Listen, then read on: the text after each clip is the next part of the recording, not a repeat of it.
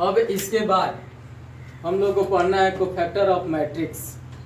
Minor of matrix निकाल लिए, minor of matrix पढ़ लिए, माइनर ऑफ मैट्रिक्स का सॉल्यूशन हम लोग जान लिए। उसमें क्या करना है, 2x2 ऑर्डर का यदि मैट्रिक्स होगा तो अपोजिट एलिमेंट को माइनर लिखेंगे। यदि 3x3 ऑर्डर का मैट्रिक्स होगा तो उसमें सॉल्व करेंगे, उसका वैल्यू निकालेंगे बारी बारी से, उसके बाद उसके माइनर को लिखेंगे। अब हम लोग को पढ़ना है cofactor of matrix. Cofactor of matrix यानी मैट्रिक्स का कोफैक्टर हम लोग कैसे निकालेंगे, मैट्रिक्स का कोफैक्टर हम लोग कैसे निकालेंगे। तो आइए सबसे पहले एग्जांपल लेते हैं। एक एग्जांपल लेंगे, पहले हम लोग 2x2 ऑर्डर का एग्जांपल लेंगे, उसके बाद 3x3 ऑर्डर का एग्जांपल लेंगे। अभी एक एग्जांपल लेते हैं, a इक्वल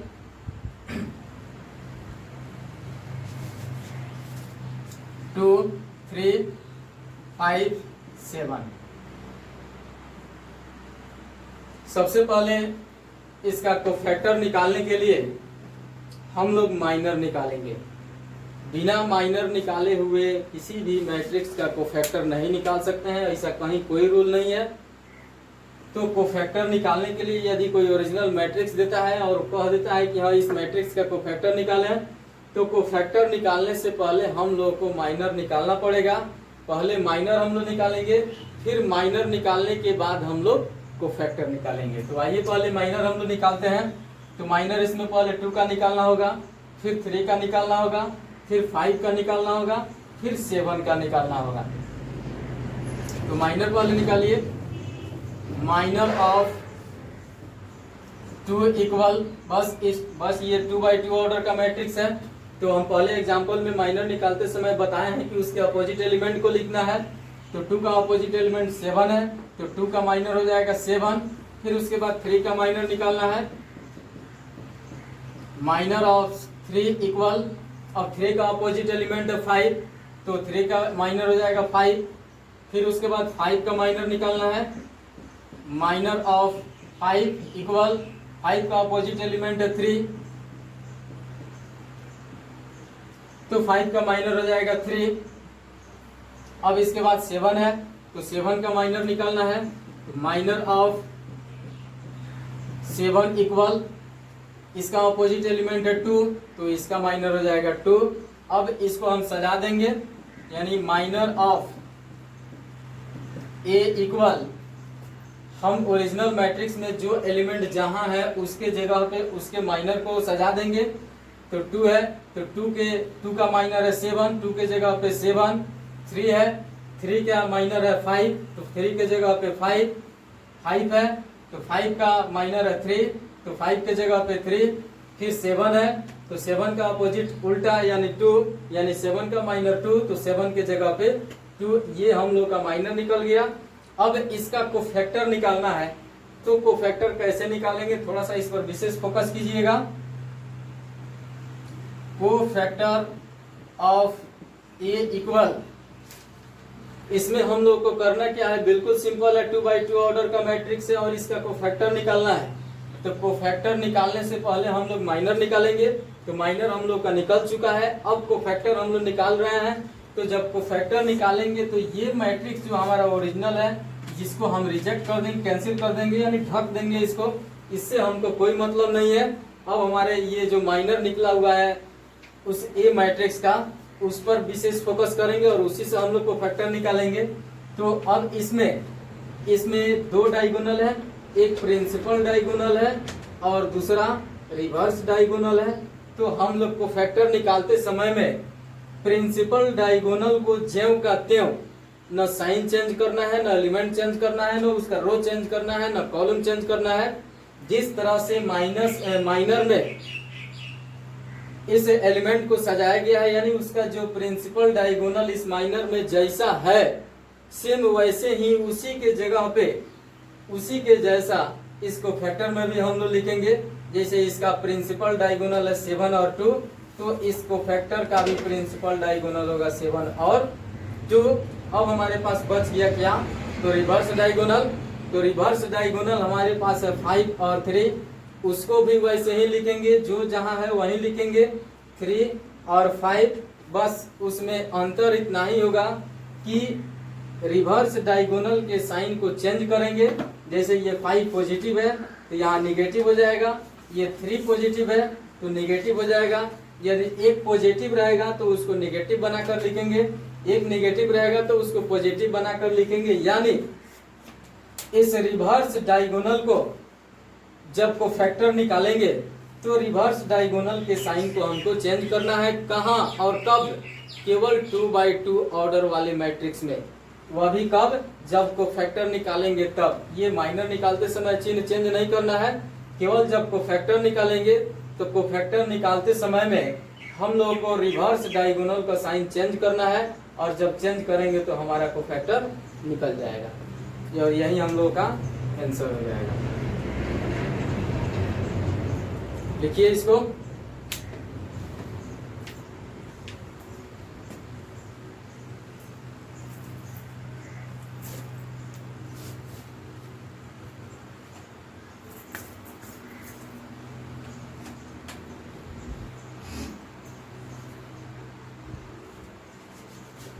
इस पर हम लोग एक और एग्जाम्पल तैयार करते हैं, एक दूसरा एग्जाम्पल तैयार करते हैं। ये फर्स्ट एग्जाम्पल था a इक्वल 2 - 3 1 -1 4। इसको यहां से माइनस हटा देते हैं। तो सबसे पहले इसका कोफैक्टर निकालने के लिए हम लोग माइनर निकालेंगे, पहले ही हम बताए हैं। तो पहले माइनर निकालेंगे 2 का, माइनर ऑफ 2 इक्वल इसका ऑपोजिट एलिमेंट 4, तो इसका माइनर होगा 4 -3, माइनर ऑफ -3 इक्वल इसका ऑपोजिट एलिमेंट 1, तो इसका होगा 1। अब 1 का माइनर निकालेंगे, माइनर ऑफ 1 इक्वल इसका ऑपोजिट एलिमेंट -3, तो 1 का माइनर होगा -3। यहाँ 4, माइनर ऑफ 4 इक्वल इसका ऑपोजिट एलिमेंट है 2, तो 4 का माइनर होगा 2। अब इसको हम माइनर ऑफ a इक्वल, फिर इसको हम लोग मैट्रिक्स में सजाएंगे। जो ओरिजिनल मैट्रिक्स है उसके एलिमेंट के जगह पे उसके माइनर को लिखेंगे, जो जहां है वहीं लिखेंगे। जैसे 2 का माइनर 4 है तो 2 जहां है वहां 4 लिखेंगे। 3 का माइनर 1 है तो -3 जहां है वहां उसके माइनर को लिखेंगे। 1 का माइनर -3 है तो 1 के जगह पे -3 लिखेंगे। और 4 का माइनर 2 है तो 4 के जगह पे 2 लिखेंगे। ये हम लोग का माइनर निकल गया। अब को फैक्टर निकालने के लिए हम लोग इस ओरिजिनल मैट्रिक्स को छोड़ देंगे, इसको ढक देंगे, हटा देंगे। अब हम लोग को मतलब है इस माइनर वाले मैट्रिक्स से, तो इसका कोफैक्टर जब हम लोग निकालेंगे, cofactor of a equal same वही कंडीशन, बस प्रिंसिपल डायगोनल जो जहां है वहीं पर उठा के रख देंगे। इसमें भी तो प्रिंसिपल डायगोनल 4 और 2 जो जहां है वहां रख दिए। इसके पहले हम बताए हैं कि 2x2 ऑर्डर वाले मैट्रिक्स का जब कोफैक्टर निकालेंगे तो उसके प्रिंसिपल डायगोनल को सेम वहीं रखेंगे जो जहां है, और रिवर्स डायगोनल का साइन चेंज होगा केवल कहां? 2x2 ऑर्डर वाले मैट्रिक्स का कोफैक्टर निकालते समय। तो ये 1 यहाँ पे प्लस में है यानी पॉजिटिव है, तो कोफैक्टर जब निकालेंगे तो ये माइनस में हो जाएगा। फिर ये -3 रिवर्स डायगोनल में माइनर में -3 है, तो इसको इसका कोफैक्टर जब हम लोग यहाँ निकालेंगे तो इसका साइन चेंज होगा, और ये माइनस में है तो ये प्लस में हो जाएगा। यही हम लोग का कोफैक्टर निकल गया और यही आंसर होगा। इसको भी लिखिए। अब इसके बाद हम लोग 3x3 ऑर्डर वाले मैट्रिक्स का कोफैक्टर निकालेंगे।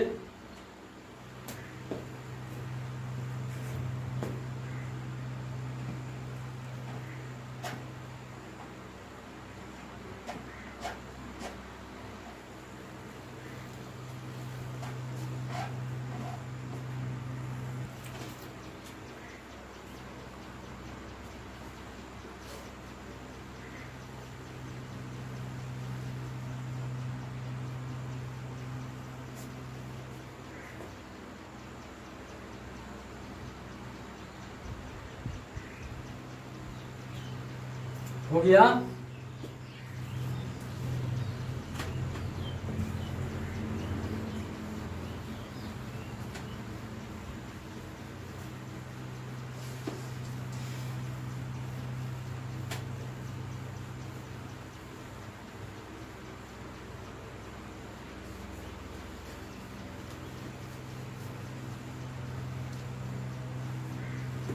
अब हम लोग यहाँ से सीखेंगे 3/3 ऑर्डर वाले मैट्रिक्स का कोफैक्टर, उसको कैसे निकालेंगे। तो आइए उसके लिए भी हम एक एग्जांपल लेते हैं।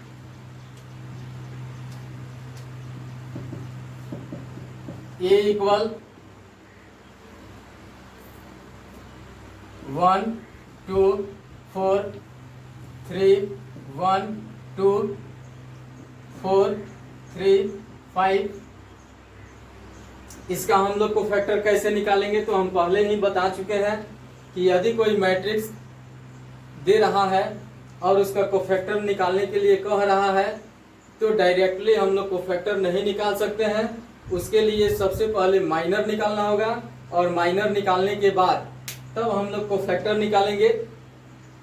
जैसे आप लोग सीरियल बाय सीरियल कोई काम करते हैं, तो हम लोग सबसे पहले इसका माइनर निकालते हैं। तो माइनर भी कैसे निकालेंगे, तो ये जो मैट्रिक्स दिया हुआ है, इस मैट्रिक्स के प्रत्येक एलिमेंट का माइनर निकालेंगे, और माइनर निकालने के बाद उसको सजाएंगे, सजाने के बाद फिर उसका कोफैक्टर निकालेंगे। तो आइए हम लोग माइनर निकालते हैं।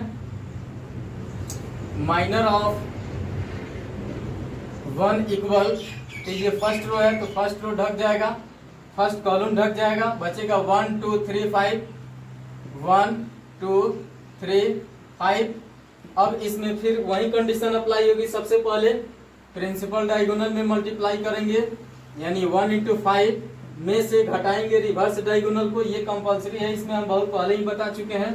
अब मल्टीप्लाई करेंगे रिवर्स डायगोनल में 3 इंटू 2 इक्वल, अब 1 से 5 में मल्टीप्लाई करेंगे 5, माइनस 3 से 2 में मल्टीप्लाई करेंगे 6 इक्वल होगा -1।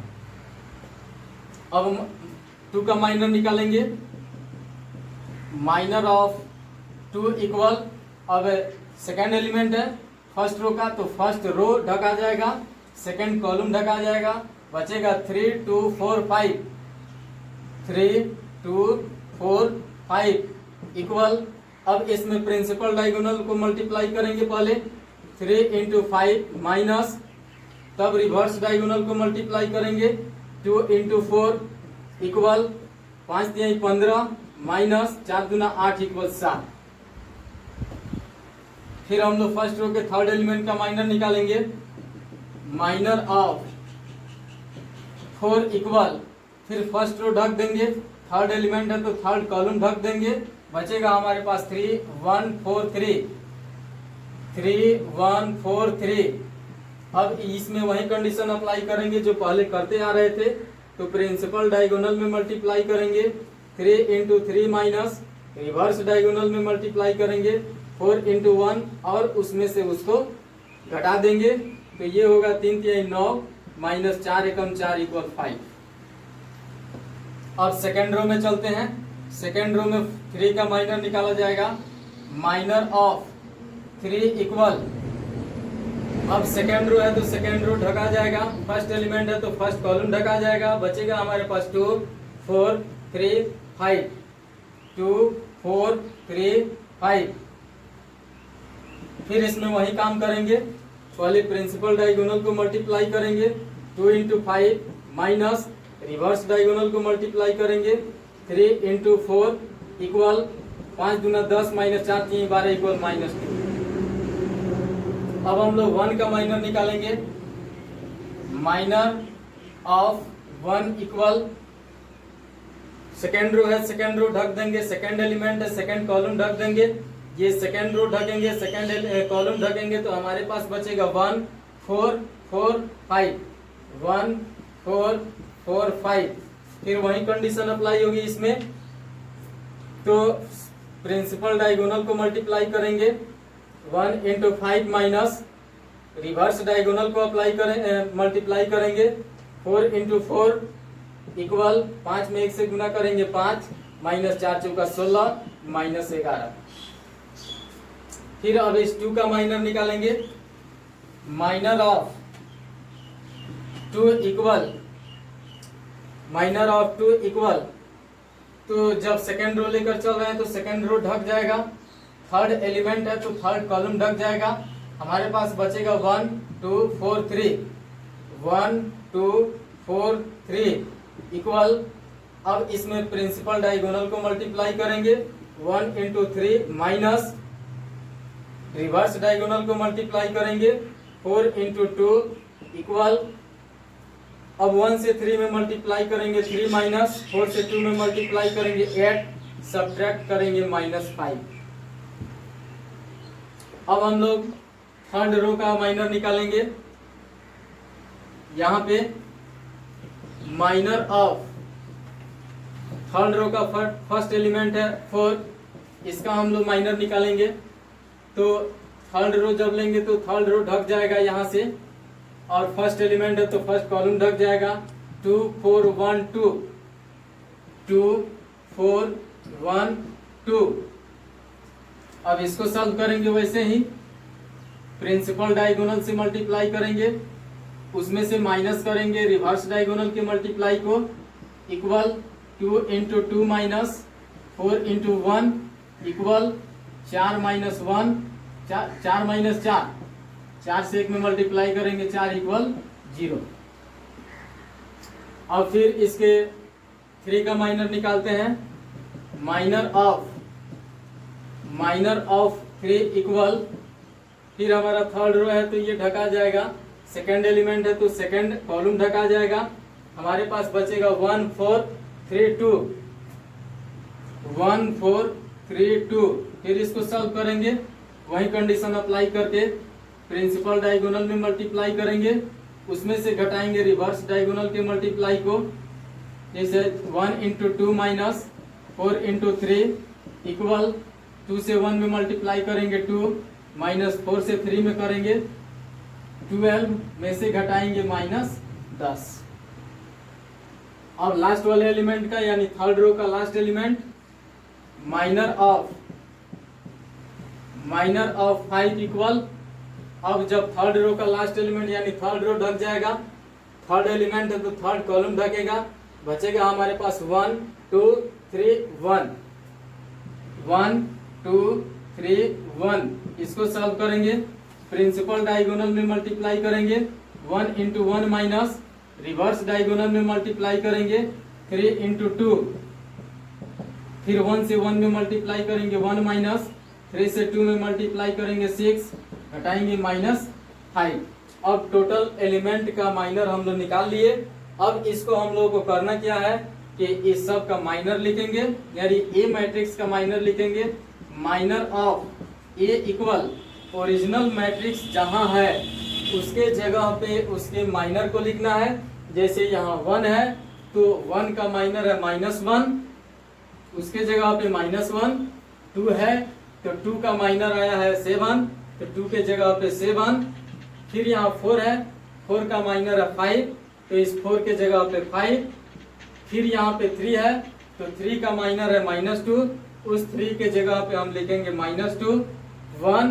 1 का माइनर है -11, तो इस 1 के जगह पे लिखेंगे -11।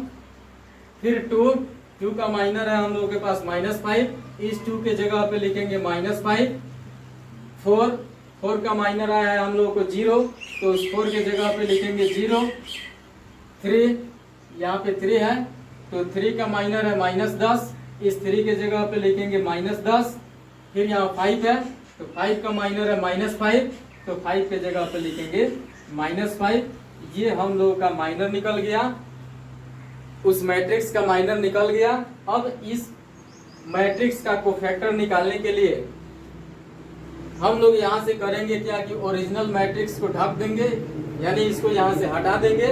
हटाने के बाद अब ये जो माइनर निकला हुआ है, इस माइनर का हम लोग को कोफैक्टर निकालना है, यानी कोफैक्टर ऑफ ए इक्वल, इसमें भी प्रिंसिपल डायगोनल है 3/3 ऑर्डर वाले मैट्रिक्स में।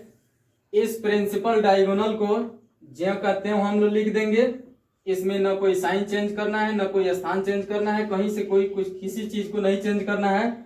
जो जहां एलिमेंट है उसको हम लोग वहां रख देंगे कोफैक्टर निकालने के समय में। तो -1, -11, -5, ये हमारा प्रिंसिपल डायगोनल हो गया। फिर रिवर्स डायगोनल को भी थोड़ा सा ध्यान से यहां देखिएगा कि प्रिंसिपल डायगोनल जो जहां है वहां रख दिए, ना साइन चेंजिंग है, ना कोई उसका कोई जगह भी चेंज नहीं है। अब रिवर्स डायगोनल को भी जो जहां है उसको वहां पे हम लोग रख देंगे, साइन चेंज नहीं करेंगे। यानी रिवर्स और प्रिंसिपल दोनों डायगोनल में जो जहां साइन है उसको वहां पे रख देंगे 3x3 ऑर्डर वाले मैट्रिक्स में। बाकी जो एलिमेंट बच रहा है उस एलिमेंट का साइन चेंज करेंगे। जैसे यहाँ 7 है तो -7 होगा, -5 है तो 5 होगा, -10 है तो 10 होगा, -2 है तो 2 होगा। यानी इसमें प्रिंसिपल डायगोनल के साइन को चेंज नहीं करेंगे, जो जहां एलिमेंट है वहां रख देंगे। फिर रिवर्स डायगोनल के साइन को चेंज नहीं करेंगे, जो जहां है वहां रख देंगे। इसके अलावा जो एलिमेंट बच रहा है इस एलिमेंट का साइन चेंज कर देंगे। यदि वह पॉजिटिव है तो निगेटिव में लिखेंगे, यदि वह निगेटिव है तो उसको पॉजिटिव में लिखेंगे, और यही हम लोग का आंसर हो जाएगा। तो 3x3 ऑर्डर वाले मैट्रिक्स का कोफैक्टर हम लोग ऐसे ही निकालते हैं। अब ये कॉन्सेप्ट यहाँ आपका समाप्त हो रहा है। अब इसके बाद आप पढ़िएगा एडजॉइंट ऑफ ए मैट्रिक्स, फिर उसको पढ़ने के बाद आप पढ़िएगा इनवर्स। इसको लिखिए, थोड़ा ध्यान देकर लिखिए, 2 मिनट अधिक समय लिखिए लीजिए, लेकिन ध्यान से लिखिए।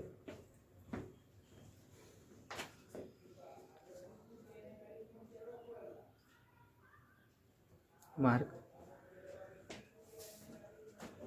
चालू कर दीजिए।